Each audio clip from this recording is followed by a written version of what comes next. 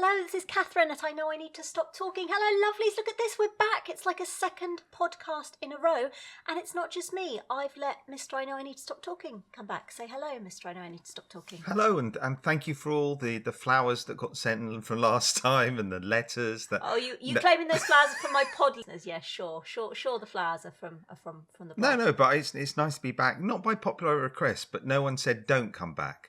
So I've taken that as consent. Yeah, okay, well, we should maybe go through, maybe start this podcast with lessons on Me Too, because, you know, silence does not mean consent, just FYI. This went weird quickly, didn't it? Yes! What a jolly podcast you've got. I was thinking about the fact that your name is not very convenient to say. It's quite long, Mr. I Know I Need to Stop Talking. And then it made me really laugh. I was laughing to myself this morning because for a long time there was a person on the blog and she thought that you had some really interesting, like, I don't know, Russian type name, like IKINTST. Oh, right. Okay, so she just thought the letters was the... Were your name. How'd she manage to pronounce it? Well, I don't know. It's like written on the internet. I mean, maybe she was pronouncing No. But I mean, you know, some people give it a fair go. I don't know. I think I mentioned last time, I'm a bit dyslexic. So if I see a name or a word I can't pronounce, I just gloss over it now. I'm just at an age where I'm like, there's no point. There's no point. Do you put a sound in for it, or do you just... No, sometimes just a placeholder sort of like beep. Yeah, beep. And in terms of like books I like to read, I quite like to read like fantasy books. And obviously fantasy... Hang on, can we specify, this is not necessarily a fantasy audience. Fantasy doesn't mean sex. No. And means... I need to explain. Yeah. No, dragons are spaceships, basically. Yeah, okay. So, but often fantasy novelists, they will construct their own polysyllabic names for their characters, which obviously they spend a lot of time over, but they don't realise their target audience being me. I'm not reading those names. You're just like, meep. Yeah, I may be recognising the first two letters, and then after that...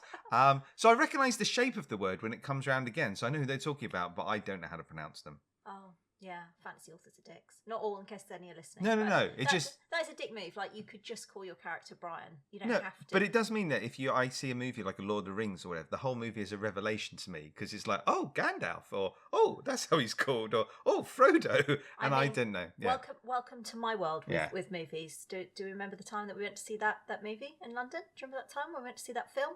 That was a very confusing time. Was that the one you got to the end of it and you still thought you'd seen a different film? Yeah, well, because I knew that, because we were going to see a film about a hotel, and I knew that the film, I'd seen it advertised, and I was really excited because it had lots of the little old ladies in that I like, the old ones, the Marigold Hotel or whatever it was. Yeah. So I was really excited when you said we were going to see it, because I thought, it's unusual for Mr. I Know I Need to Stop Talking to see a film that I want to go and see. It's usually like, here, this is something worthy that's going to broaden your mind. And we sat down, we went to Leicester, we were in Leicester Square. I don't know why. Yeah, we paid good money for that. Yeah. For that experience of which that was pointless. And I knew that the film was set in India, but then it started and then... But it wasn't. It wasn't set in India. What you saw was at the start, I think, there was a statue which you mistakenly took to be a statue of Gandhi, I think. Yes. And that was it. You were off. Oh, yeah, exactly. Well, despite the fact it was a snow-laden statue. It snows in India. Yeah, no, it probably does in parts, but it really wasn't set there. It was the Grand Budapest, whatever is it, Grand Budapest Hotel movie. Different continent and definitely a different style of film. Dame Judi Dench did not feature in that movie. No, she didn't. I kept thinking, I was like, maybe it's like when they had there's a big reveal at the end. Drew Barrymore in Scream, and they killed her off really quickly. I thought maybe it's the reverse. Maybe they're waiting for the big star to come out. They finally resurrect Dame Judi Dench. Oh, okay. And she didn't tell that. So yeah, that was very confusing. So yeah, welcome to my world. Anyway, really, what I'd like to talk about on the podcast this week is I don't know if I mentioned, but I walked a marathon. Have I mentioned? Holy God. I mean, people don't talk enough about, obviously those who run marathons or want marathons, they go through a certain kind of, they go through pain and what have you, but they don't talk about the pain that the people around them have to go through, having to listen to the anecdotes I feel I've walked every step with you.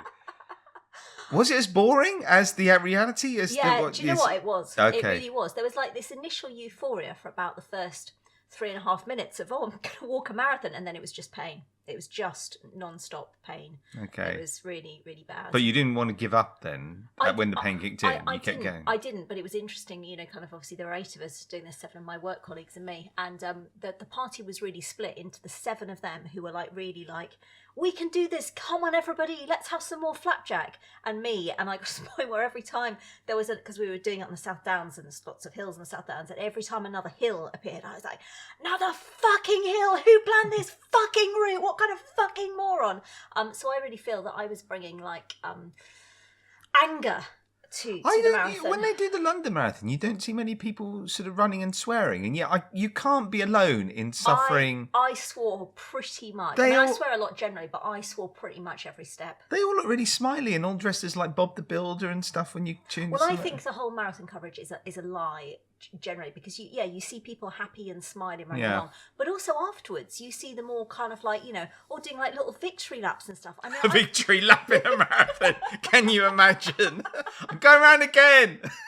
I mean, I could barely press down the accelerator on my car. I could barely open my car door when I got to the end. There was no like sense of euphoria. Apparently, I was told this on funny enough on another podcast. There's a tunnel that the runners run through. Yes, but the cameras don't cover, and apparently it's like the seventh circle of hell. It's just that people like curled up in fetal balls, smeared in their own vomit and excrement, because it's the only time when the cameras aren't looking that they can properly let loose where they be themselves. I mean, it doesn't surprise it, because we definitely started off and we were all like, there's 8 of us, we're going to all have chats. We all walked together for different periods and we told our life stories, and up until mile 10 that was all really jolly, and then we got past about mile 16 or 17. Nobody was talking. We walked in silence. Is that also an indication of sort of how uninteresting some people's lives are? Because you go, we're going to discuss our life stories. You get to mile 10, go, that's done. I've got nothing else to say. Run out of anecdotes. No, it definitely got to a point where, and then again at the start we were all like in it together, like the people who were a bit slower going, come on, you can do this. And by the end, I remember going, we thought we'd got back, and then it was like another 2 miles to go, and I was, I'd gone into like sheer blind fury. What, you'd done 2 miles on top of the marathon? We did 27 miles in total, which doesn't sound like a lot more. No, but that sounds like bad maths and bad planning. Why did you end up doing more? Direction's not my strong point. I don't know. Oh, did you not do like a full loop where you come back to the beginning? We weren't doing the London Marathon course. They don't plot it. No. But I didn't know. Was it a perfect circle? So you come back and you're back at the beginning again. Are you not? Well, I mean, you. So you just got 26 miles away from your car. No, it wasn't quite that bad, because I would have got into an Uber at that point. But yeah, and so a couple of people were struggling towards the end, and I really wanted to be that person who was like, yeah, let's help them and stay with them, wait for them, and I was like, I am not fucking waiting, and I just walked. I was just like on a route march to finish. They did make it back eventually. I have now checked. And would you do another one again? Well, obviously, I have really enjoyed talking about the fact that I've done a marathon. You have, yes. You have enjoyed it. So although I finished and I was like, never again, I did inexplicably find myself the next morning Googling, could you walk the London Marathon? Because I don't ever want to run one. I mean, I think that would be absolute madness, because when I run, generally I feel like I need a defibrillator, let alone if I ran 26 miles. So I would say never, and my toenails would definitely say never. I've got 3 black toenails. What's that about? Again, they don't cover that in like... You got... 3 black. Oh, 3 black. Right. Toenails. Okay. See, in my head, they were all like the little toe on each foot, and then I was like, "Where's the third one come from?" That's my 3rd foot. Most of me says never, but another part of me says, "But it's so lovely to talk about the fact that I've done a marathon, so maybe I will." Yeah, but I mean, you just went out for the day and then came back again. I mean, I was none the wiser. You could have just said you'd walked a marathon, and I'd have believed you. And even if I didn't believe you, I was quite happy to fake believing you. What? So I banged on about it slightly less. Well, no. Well, and also you save your toenails. Yeah, maybe I should. Well, this week it's my birthday, so obviously, as you know, I'm going for a long walk with my daddy on my birthday. That's only 16 miles, so I think we'll still be talking by the end of it. Can he not just get you a card like a normal person? No, it's all challenges. Well, I think he kind of got me interested in marathons, because when I was a kid, he used to do a lot of running. He's never run away from you. Yeah, run away. He's never run a whole marathon, but he did a half marathon. But he put me off, I think, at that point over running a marathon, because he finished. He was like knackered. And then this particular marathon was sponsored by a building company. So at the end, when you're like knackered and you want someone to give you like a soft pillow or something, they hung a brick round his neck. That was, instead of a medal, they got a brick. Were they going to try and drown him because he was a witch? Why were they putting a brick? Was that so? Did everyone get a brick, or was it just your dad? No, I think it was everybody. They ran out of medals. Everyone else. Sorry, we've just got masonry now to give you. Yeah, you can just have a brick. Yeah. So did he keep the brick? I don't know. You can ask him. I'll give it to him at the end of the walk this week. And it was just a plain brick. It wasn't even like painted gold or like a string. Oh, well, that's fancy. That is a fancy brick. Yeah, no, you'd want to keep that. You'd want to frame that. Brick on a string. But obviously, because I walked a marathon, so then we got to think about sporting prowess, and I have none. Did you walk a marathon? Have I mentioned it? No, you didn't mention that. Right. Just Okay. brand new Yeah. pleasure. But yeah, have you got any sporting prowess? Have you done a marathon? Because I have. No, I frustratingly dislocated my knee twice when I was in my late teens, and whatever dreams I had about becoming some international sports personality died right then. To be fair, I wasn't that sporty, but it's just you do have those fantasies in your head, and that's all right. But then something like that happens, and you can't. Oh my God! Tell the story of when you were at uni with your knee your second time with that girl who liked you. That story, yeah, no. I had my leg in plaster. Like you do. And I got into halls of residence late, and this leg's in plaster. And there was apparently a girl in the halls of residence who was quite keen on me. And I think I quite liked her. But she didn't make a move on me at all. And at a later date, we ended up chatting about this, finding out kind of why she didn't want to make a move on me. And it was because she and her friend were convinced that I had an artificial leg, but with a real foot grafted onto the end, which sounds like some sort of horror appendage. But yeah, so they were absolutely convinced themselves. These were bright girls, by the way. These were university undergraduate ladies who had thought you could graft real feet onto fake legs. Please tell me you weren't doing medicine. yeah. But yeah, that was really strange. But that also explains, why so much of my love life never really worked out, is because, people couldn't see past my prosthetic limbs. Yeah. So yeah, there you go. Wow. I don't really know how Beth is sporty, given that you clearly spent half your teenage years with your leg in plaster, you weirdo. Well, like sport, does that count? I did not. Well, you like sport because you didn't have to go through, and I reckon like any 30, 40-something woman on listening to this is went through exactly the same. We used to be forced to do PE in our pants.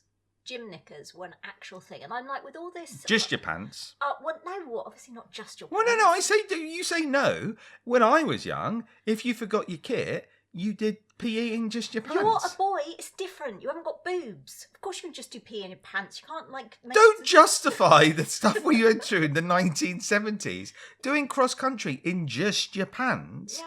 Where there were often flashers en route. Oh yeah, no, that was the best bit. That was the best bit. That is the best bit. The best bit of cross country. Beth came up and said she'd done really well in cross country the other day, and it come like 6th or something. Yeah. And I was like, oh, times have changed. There are clearly no flashers for you to get distracted by, because that was like the only high point of cross country. It was like a little boost halfway through. Yes. Yeah. Yes, when you were flagging, you'd get you'd either be excited because the flasher was up ahead, or you'd see the flasher, and that would give you a little bit of buzz. I'm going round. Apparently, they did a study years ago. This is maybe apocryphal now, I don't know, but they did a study where they looked at, because flashers, they don't seem to have as many flashes as it used to be. They don't. It's a dying art. Yeah, dying art. But it turns out something like some crazy percentages, like 70 to 80% of all men who flash have a pregnant wife or girlfriend at home. That's fucking weird. So what's the mentality behind that? So rather than it being sort of an aggressive sort of sexual thing that people assumed it was, is it just someone just simply flashing stuff and going, look, this works. Yeah, this is working apparatus. Yeah. Applaud. They want applause. Applause is what they were looking for. Yeah, but yeah, I missed that. But yeah, we had to run around a lot in our pants. Oh my God, is this and maths lessons? Is this to do with the declining birth rate? The declining birth rate. That's why you get less flashes, because less men are impregnating women. So they didn't. Oh, it all links now. Yeah. No, but we had to run around in gym knickers, and that is a trauma that will never leave me. But so I have PE lessons. Obviously, bad memories because I was really bad at PE. But our PE teachers, and maybe this is the same for you, I don't know. Our PE teachers, if you had, I don't know, like a single stud earring in your ear, the teachers would be like, that is a health and safety crisis, take out that earring, blah, blah, blah, blah. And it was a big drama. I watch the Olympics these days, and these athletes are running in half a branch of H. Samuels. They've got fake nails. Mrs. Drew would have had a fit. It's the 100 metres runners that are the worst. Yeah. They seem to have an awful lot of shrapnel attached to them. Yeah. And what's curious is there's the one race which is down to the 0.001 second. So you'd be taking off if you're a swimmer, they're all shaved within an inch of their lives, aren't they? They look sort of almost freakish. Yeah. They're no hair at all. Yeah. Whereas, Yeah, all the 100 meters run. I mean, they're all incredibly buff, the 100 meters runners, but they do, half of them look like they've just kind of wandered in. Yes. Haven't even bothered to change out of their kit. And I'm having, yes. Yeah. I don't even think I have a single sporting anecdote other than when I was in drama school. This isn't really sporting, reaching a bit here, but I was in cabaret, which you know because you came to see it. I did. I saw things only your gynecologist has seen. Yes, you did. Well, that links well to this story because I'm not a dancer, as you know, because I'm dyspraxic and I have no coordination. But drama school is sent to try us all, and so there made me be a dancer in cabaret, and so I was kicking away. We were in the dress rehearsal. Kicking away, and as you will record from that production, I did not wear very much at all. No. And so I'm kicking away in hot pants and a basque, a strapless basque, and we had a terrifying ballet teacher called Mr Ebay. She was terrifying, still is terrifying, I suspect. And basically, she told you to do something, you just did it. So I'm doing this kick line and bouncing along and everything, and I can tell that the scaffolding is insufficient. Are we talking about your breasts? Yes. That's scaffolding. Yes. You see, so we are euphemistic. There's not scaffolding underneath you. All right. It's not a building that's about to fall down.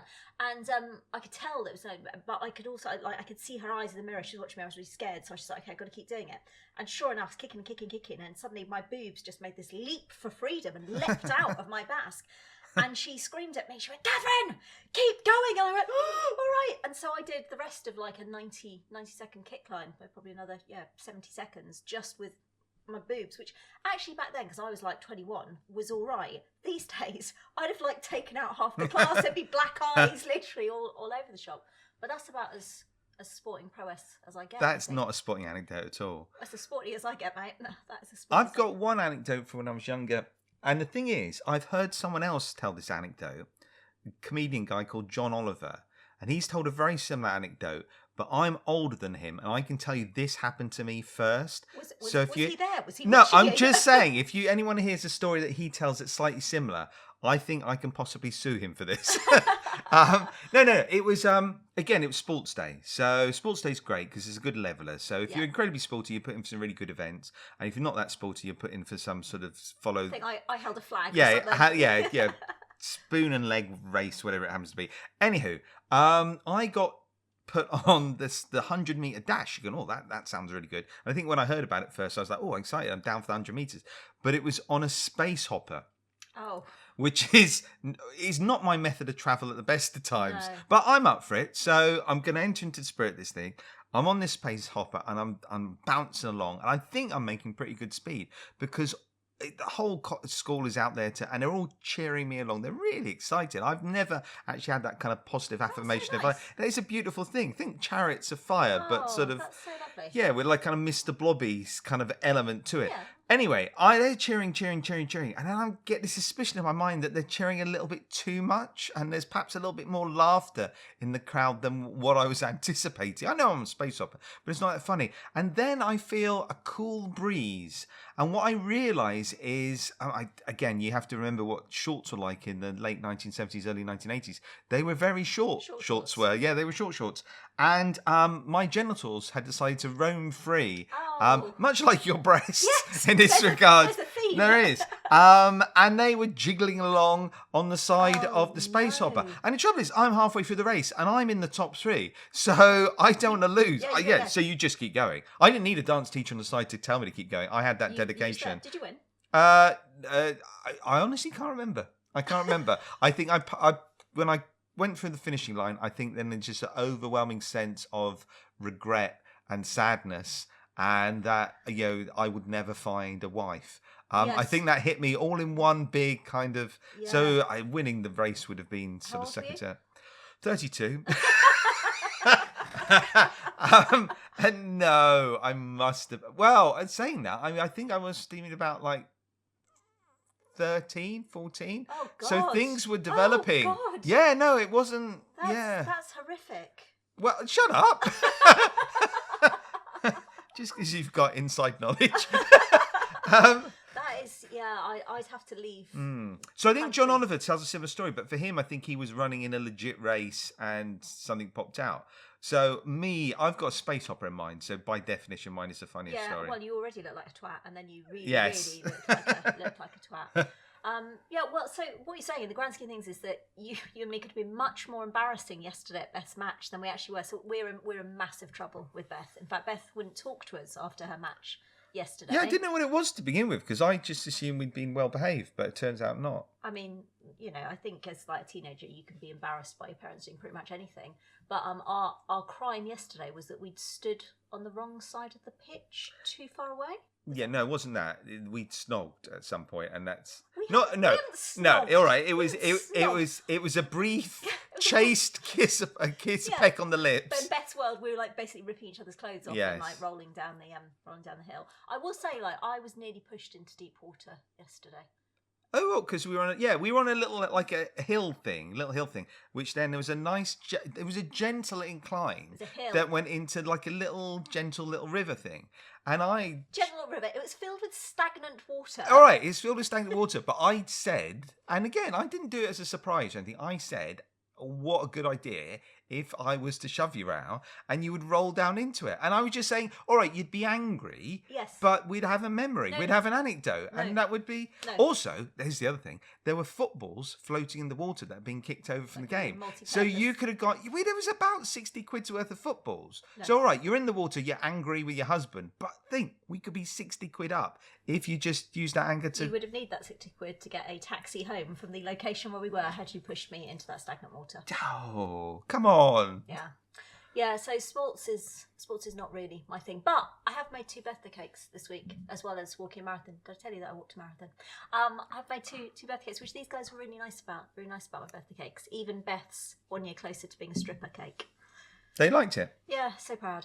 #blessed, that is. Yeah, no, it was the two. They were polarizing the cakes, I think, in terms of where our children are at. Well, Jamie didn't know what his was. It's going really... Nor did he care. Going really well. He's simple. He is but- a simple. So I wrote this on the blog, but it's worth retelling the anecdote from this week of when I took Jamie to get his flu jab. Obviously, it was like being a family day, hadn't it? Because you'd gone first to Boots. Yes. Then I went, and then took Jamie in a bit later. And I feel like I was like the canary in the coal mine then, actually. Now I'm thinking yeah, about just- it. You guys sent me first, waited a few hours to make sure the flu jab was legit. we just thought you might get your genitals out in public because, If there's not a space opera, I'm not doing it. I've gaffed that written into most contracts now. we didn't want to be embarrassed.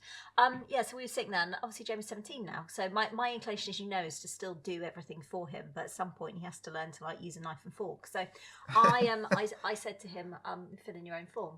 And he's quite enthusiastic, Jamie, so he cracked on with it. And then there was like, I don't know if you had to do the form. Maybe you did the form online. Anyway. I still did the form. Yeah. All the stuff about you have to declare that you're not pregnant and... Well, he wasn't pregnant. That was good news. So, Okay. So I start somewhere. But then when there was a question, which was, would you like a chaperone in the room with you? And Jamie went, he turned to me, his face lit up. He went, oh my God, he went, have you seen this? And I said, what, mate? He said, they'll give you a lift home afterwards if you want one. And I was like, no, mate, no, they won't. Do you want that? And then his like face lit up. So I'm not sure that A-levels are going. But all right, he misunderstood the word. But when I hear the word chaperone, I assume I have visions of someone going on a prom, and then there's someone coming along with you with what is it, a cortege? What's it called? With the you get a flower thing corsage. Sorry, Is that for funerals? I don't know, but I just have this Corsage. vision of me in a prom dress. With someone next to me while someone is injecting the other arm. Are you on a space hopper? No, I'm just saying. A chaperone is quite a. I feel it's quite an old archaic phrase. If I'm chaperoned. You get chaperoned in the theatre, don't you? If you're young actors, you get chaperoned. Why? What's happening in the theatre? Oh, come on now. Oh, okay, all right. What isn't happening in the theatre? Let's be honest. Well, Harvey Weinstein, run! Yeah. So no. So he didn't get a chaperone, but he was happy anyway. He got a pen. It was, coloured string. Life. What about injuries though? If you're not very sporty, you must have picked up some knocks along the way there. Yeah. I've got a scar here. She's pointing. It's her heart. It's an emotional scar. You got a scar on your lip. Yeah. From what? Well, I don't really want to say, but I think I have told it before on the blog. So I've got injuries on my lip because I dropped a tin of tomatoes on my face. Now you see, kids just don't juggle tins of tomatoes. They're not No, how wasn't. I. Oh well, Because I was 18 and I had... Oh, well, there you go. yeah, enough said. Difficult times. No, I had a wardrobe. It was a stupid wardrobe, and it had high up. It had sorry, I'm miming. This is really useless for a podcast. It had like a lifty up door. You know, the ones instead of like opening like that, you lifty up.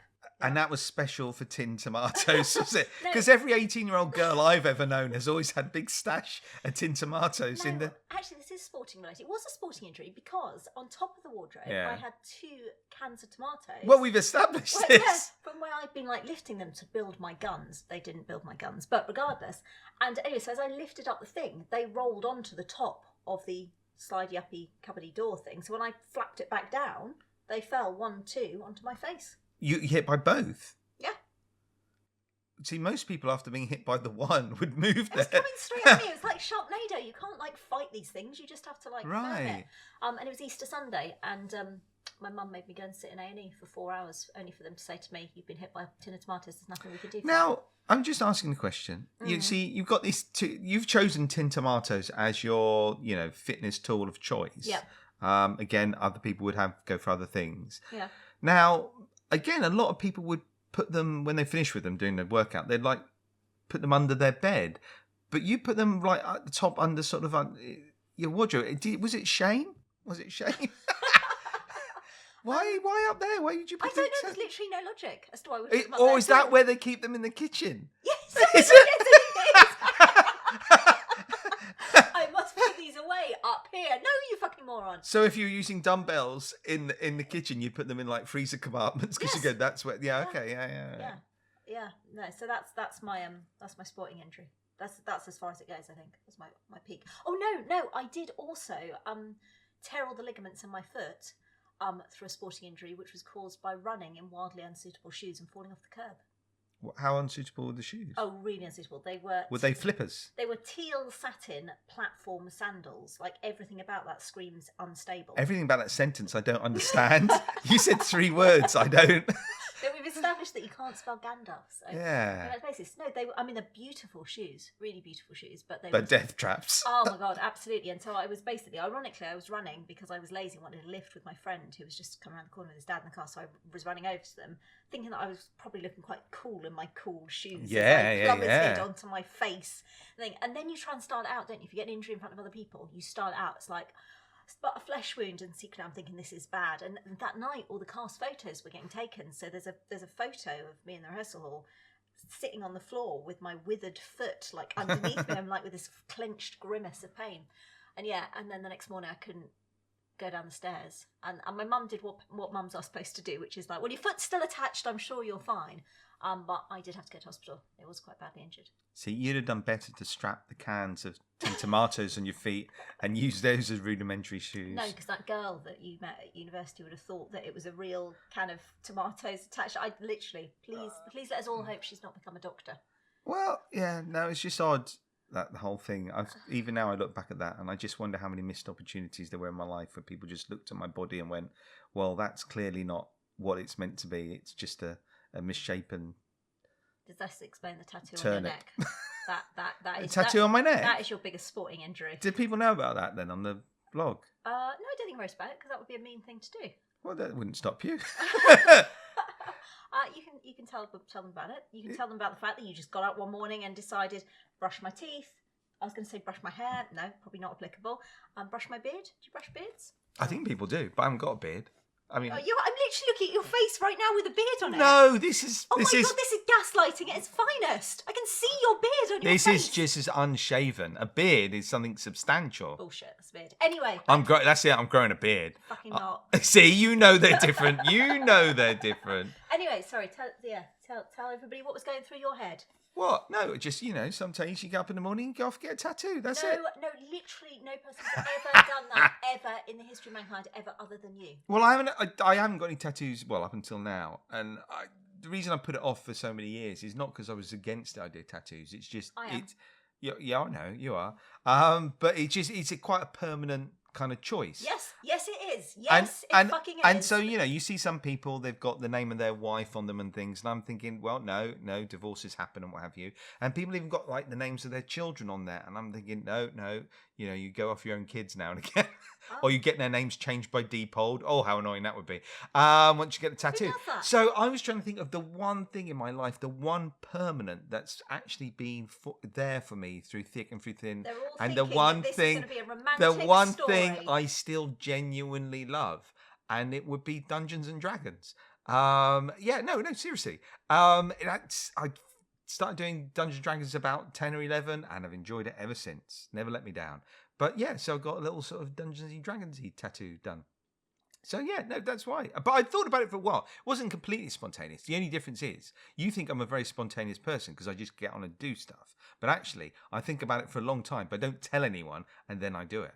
You got up, told the kids you were going into town, and came back 4 hours later with a tattoo on your neck. That is fairly fucking spontaneous. But I thought about it. I mean, just rock up at the tattoo parlour and say, crack on. You know, I'd been in conversation with him, although it was the sketchiest guy in the world that gave me the tattoo.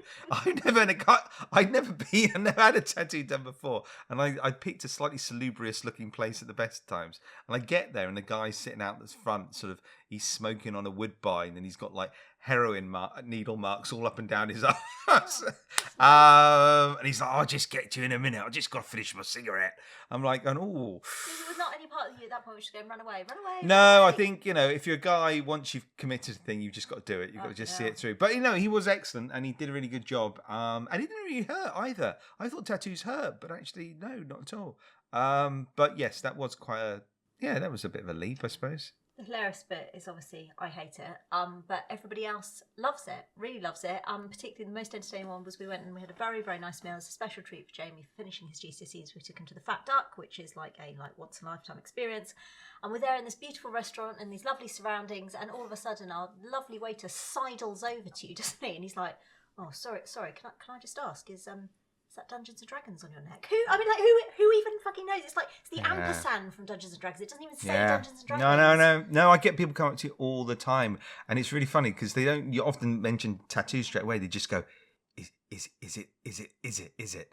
Or are you the one?" Like I'm some sort of religious figure. And then I just have to kind of reply just sort of obliquely, sort of yes, it is. And then they're like, you're all in a cult now or something? I don't know. If we're in a cult, I feel I'm at least like quite high up in the cult echelon, as it were. Yeah. You're the leader. You started this. I'm all right. Well, that's all right. I wouldn't recommend joining a cult ever. But if you are going to be a cult, definitely be the leader. Be in your cult. Yeah. Well, my cult's going to be quite low key. I mean, you hear about cults and it's unpleasant stuff, but I think in mine would just like make sandwiches and stuff. I don't think it would be. And do little races on space hoppers. Little weirdo. I know. No, I wouldn't want to put other people through that. That was a traumatic experience. That trauma. But hey, it's given us some great podcast material. Right, we've talked for ages and the kids are mysteriously quiet, and so are the cats, more to the point, which is a bit of a worry. So look at this, we've done 2 podcasts in a row. That's impressive.